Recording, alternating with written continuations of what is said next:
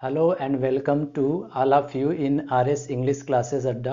और हम लोग बात कर रहे थे हिंदी के जो प्रूवर्स होते हैं यानी जो कहावतें होते हैं तो इनको इंग्लिश में हम कैसे बनाते तो नहीं कर सकते हैं कि इंग्लिश में हम उसको कैसे बोलते हैं। तो हम लोगों ने part first second and third देखा है। तो मैंने बताया कि बहुत सारे हैं, अलॉट ऑफ प्रूवर्स हैं, तो इसमें कुछ जो इम्पोर्टेंट है मैं बता रहा हूँ आप लोगों को। तो पार्ट फोर्थ आज हम लोग देखते हैं। तो इसमें पहला आपका लिखा हुआ है झूठ का अंत नहीं। ठीक, तो झूठ का अंत नहीं, इसको ऐसे भी आप लिख सकते हो, झूठ का अंत नहीं होता है। मतलब जैसे कोई सोचता है कि एक झूठ बोला, ठीक, दो, तीन, तो धीरे धीरे वो क्या हो जाता है आगे चल के, that will be a habit, वो एक हैबिट बन जाता है। तो वही बोल रहा है कि एक आप झूठ बोलते हैं तो दूसरा तैयार, फिर उससे बचने के लिए फिर एक और। तो इसी तरह से क्या होता है, जितना हम उसको सोचते हैं कि अब लास्ट लास्ट, जैसे धूम्रपान करते हैं तो एक आप स्मोकिंग करते हैं, सोचते हैं कि बस नहीं, तो और भी क्या होता है वो बढ़ता जाता है, एक दो तीन चार, इसी तरह से वो बढ़ता जाता है। तो वही बता रहा है कि इंग्लिश में इसका क्या होता है, one lie leads to another. एक झूठ बोले उससे बचने के लिए दूसरा, फिर तीसरा, चौथा, इसी तरीके से। तो इंग्लिश में बोलते हैं one lie leads to another. नंबर सेकंड क्या बोल रहा है कि मोती गहरे पानी में होता है। अब जनरली आप देखेंगे तो क्या हो जाएगा, मोती इंग्लिश लिखेंगे फिर गहरे पानी यानी deep water, lies in deep water, लेकिन ऐसे नहीं बना है। इसका कैसे बना लिखा है, truth lies at the bottom, का मतलब होता है तली या पेंदी, ऑफ अ वेल। ठीक, अब यहाँ पर पानी, पानी को क्या किया, यहाँ पर लिखा है वेल, वेल मतलब कुआं, कुएं में क्या होता है पानी, यानी इस लेवल पर जाकर इसको बनाया गया इस प्रूवर्स को। तो वही बोला, truth lies at the bottom of a well. Number third देखिए क्या है, बोला है कपड़े देखकर इज्जत मिलती है। ठीक है, जनरली आप बनाएंगे तो बनेगा तो जरूर, लेकिन वो थोड़ा ऑड भी हो सकता है। तो यहाँ पर क्या हो जाएगा, स्टाइल मेक्स द मैन। ठीक है, आप कितने क्या हैं, नॉलेजफुल हैं, वो तो बात करने से पता चलेगा। लेकिन आजकल के समय में क्या है कि पर्सनालिटी आपकी कैसी है, और पर्सनालिटी हम लोग समझते नहीं कि पर्सनालिटी क्या है। आप लोग जूता मोजा टाई बेल्ट लगाने से वो पर्सनालिटी नहीं, personality the meaning of the inner personality से मतलब होता है। ठीक, तो तीसरा जो है कि कपड़े देखकर इज्जत मिलती है, तो इसका होगा स्टाइल मेक्स द मैन। तो आगे देखते हैं इसमें हम लोग, देखिए आगे इसमें क्या है। नंबर फोर्थ लिखा है कि चुप माने आधी मर्जी। इसका क्या मतलब है, साइलेंस इज हाफ कॉन्सेंट। ठीक है, यदि कोई कुछ पूछ रहा है आप उसका कोई जवाब नहीं दे रहे हैं, ठीक, कि आपने ये किया है, आप बिल्कुल क्या है शांत हैं, आप जवाब नहीं दे रहे हैं, तो इसका मतलब ये होता है कि आपने क्या किया, उसको हाफ कॉन्सेंट मतलब एक्सेप्ट कर लिया है कि हाँ आप ही ने किया है। तो उसी को कह रहा है कि चुप माने आधी मर्जी। तो इंग्लिश में बोलेंगे साइलेंस इज हाफ कॉन्सेंट। ठीक, फिर नंबर फिफ्थ क्या लिखा है, एक थैली के चट्टे बट्टे। क्या है, एक थैली के चट्टे बट्टे, तो क्या हो जाएगा इसका, birds of a feather flock together. उसी को बता रहा है, फ्लॉक एफ एल ओ, इसमें मिल गया है सी है, ठीक, ये ध्यान रखेंगे, एफ एल ओ सी के है। तो वही बोला है कि birds of a feather flock together, एक थैली के चट्टे बट्टे। नंबर सिक्स क्या है, गधे को गधा खुजलाता है। अब गधे को गधा खुजलाता है, अब इसका ट्रांसलेशन क्या है, जनरली आप बनाएंगे तो अपने लेवल पर आप बनाएंगे, लेकिन इसका होगा क्या, इसका होता है फुल्स प्रेज फुल्स। जो मूर्ख होता है, ठीक है, वो दूसरे मूर्ख की क्या करता है, प्रशंसा करता है। तो वही यहाँ पर बता रहा है गधे को गधा खुजलाता है, मीन्स फुल्स प्रेज फुल्स। अब आगे इसमें देखते हैं हम लोग, नेक्स्ट देखिए इसमें क्या है, बोल रहा है नंबर सेवेंथ है कि अपनी अपनी डफली अपना अपना राग। तो फिर अनदर प्रूवर्स है, तो इसका क्या हो जाएगा, मेनी हेड्स मेनी माइंड्स। क्या बोलेंगे इसको, अपनी अपनी डफली और अपना अपना राग, तो हो जाएगा मेनी हेड्स मेनी माइंड्स, इसको बोला जाएगा। मतलब क्या, लोग अपने अपने स्तर पर क्या करते हैं, अपने स्तर के आधार पर ही बातचीत करते हैं। ठीक है, तो कोई पॉइंट है तो लोग अपना क्या करते हैं, अलग अलग थॉट्स देते हैं, ठीक, अलग अलग जो उनका विचार है। तो वही बोल रहा है ना, अपनी अपनी डफली और अपना अपना राग। And the English will be what, many heads many minds. Number eight is लिखा है, गवार गन्ना न दे भेली दे। ठीक है, तो गवार गन्ना न दे भेली दे, तो क्या हो जाएगा यहाँ पर इसका बनेगा पेनी वाइज पाउंड फुलिस, लिखा है ना, पेनी वाइज एंड पाउंड फुलिस इसको बोलेंगे। नंबर 9 इज व्हाट लिखा है, खरबूजे को देखकर खरबूजा रंग बदलता है। तो जनरली मैंने बोला ना कि ये जो आप टेंस बनाते हो उससे क्या है, दैट इज टोटली डिफरेंट है, बिल्कुल अलग है, आप उस लेवल पर बना ही नहीं पाएंगे, समझ में आ रहा है। और समटाइम्स क्या हुआ है, इसके सब्जेक्ट और वर्ब का पता ही नहीं चलेगा, तो उन्हीं है ना, उसी के लिए तो कहावतें जो मुहावरे क्या होते हैं, टोटली एक जो जनरल जो सेंटेंस होता है उससे ये डिफरेंट होता है, इसीलिए आपको बताया जा रहा है। And what will be here, लिखा है सोसाइटी माउल्ट्स मैन, क्या बोलेंगे, खरबूजे को देखकर खरबूजा रंग बदलता है। अब इसका देख ले हिंदी कितना बड़ा है ना, अब इसका यदि इंग्लिश है तो 1 2 और 3 केवल 3 वर्ड्स में हो गया, तो हो गया सोसाइटी माउल्ट्स मैन। आगे देखते हैं इसमें और नेक्स्ट देखिए, इसमें है नंबर 10 इस क्या बोल रहा है, लिखा है सस्ता रोवे बार बार कॉमा है महंगा रोवे एक बार।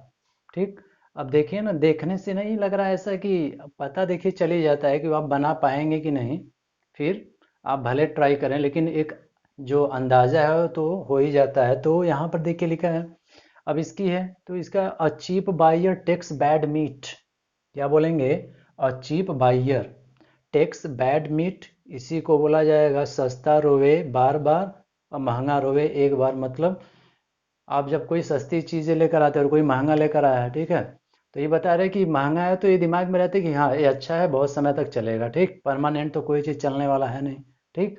तो उसी को यहाँ पर बता रहा है कि a cheap buyer takes bad meet.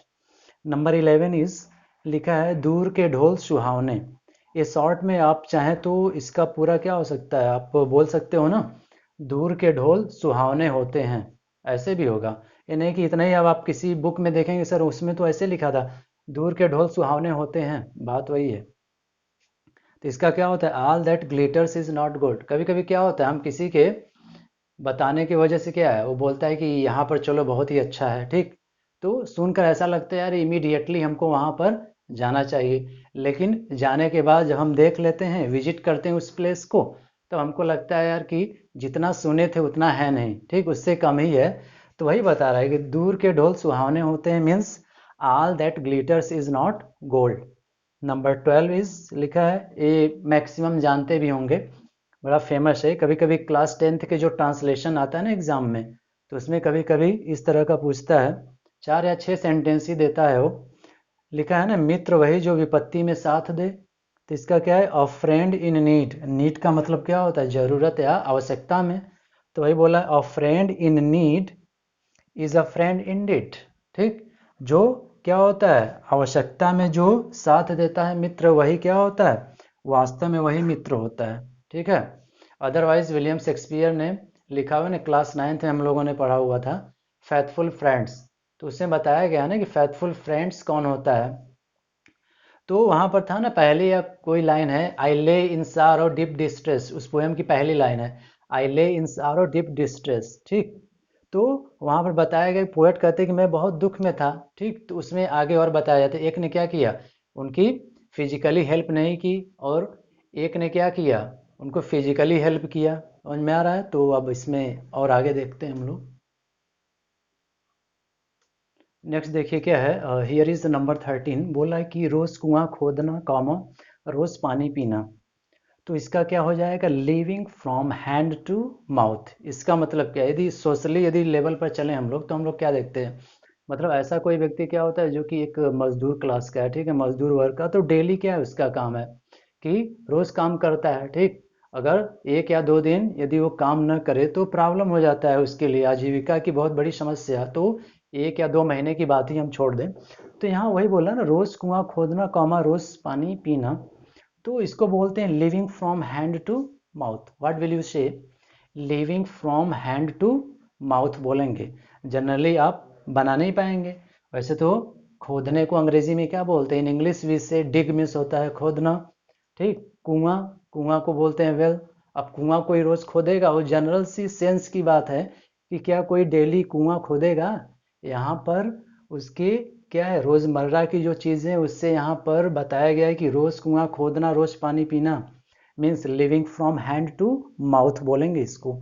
Now we come to the number 14 and number 14 is Hindi देखते हैं क्या लिखा है, लक्ष्मी चंचला है। ठीक, क्या है, लक्ष्मी चंचला है। What will be in English, riches have wings.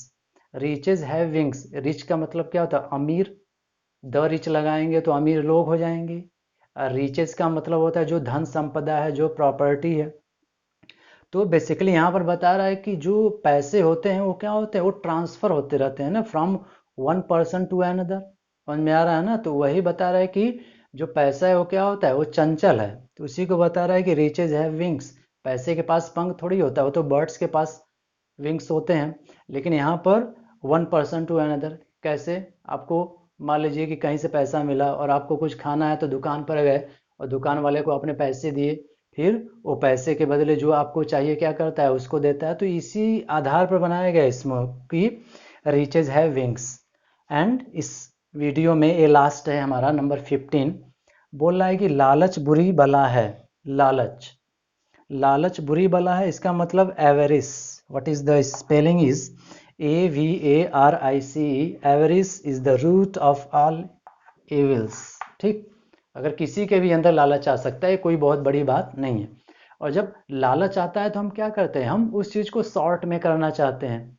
कहने का मतलब वो जो मुर्गी वाला एक स्टोरी आप लोगों ने सुना होगा, क्या है कि वो एक सोने की अंडे देती थी ना डेली। तो उसने क्या किया, सोचा कि रोज़ डेली एक एक मिल रहा है, इससे अच्छा है कि इसी में से क्या करें, हम पूरा निकाल लें। तो कभी कभी हम लोग इतने अधिक लालच में पड़ जाते हैं कि सोचते हैं कि इमीडिएटली हमको इतना मिल जाए। और समझिएगा कि जिसके अंदर लालच होगा तो जब वो ऐसा करेगा उसको मिलेगा तो क्या होता है, वो बढ़ता जाता है। और हम लोग सोचते हैं कि नहीं सेटिस्फाइड हो जाएंगे, ऐसा नहीं है। कोई भी चीज़ हो, यदि आप स्मोकिंग करते हैं एक बार, आप सोचेंगे कि तो वहीं पर आप क्या होंगे, संतुष्ट नहीं होंगे, फिर अगली बार। तो इस तरीके से क्या होता है, जितने ही करते हैं बढ़ता रहता है, बढ़ता रहता है, वो कम नहीं होता है। हम लोगों का भूल है, कोई भी हो, चाहे हम हो या कोई, तो ऐसा होता है। इसी को बताया लालच बुरी बला है। What will be in English, तो बोल रहा है कि एवरिस इज द रूट का मतलब जानते हो ना, जड़ होता है, वही is the root of all evils. ठीक है, तो आज के वीडियो में बस इतना ही, और एक पार्ट 4 था। ठीक, और मैं उम्मीद करता हूँ कि ये तो समझ में आ ही रहा होगा, है कुछ नहीं, वही जो है उसी को आपको बताया जा रहा है। तो मैं उम्मीद करता हूँ कि आप लोग इसको लाइक किए होंगे। ठीक है, तो जो लोग भी चैनल पर नए हैं उसको सब्सक्राइब करना ना भूलें। तो अगले वीडियो में हम कुछ और नए चीज़ों को लेकर आपके सामने उपस्थित होंगे। तब तक के लिए थैंक यू, धन्यवाद।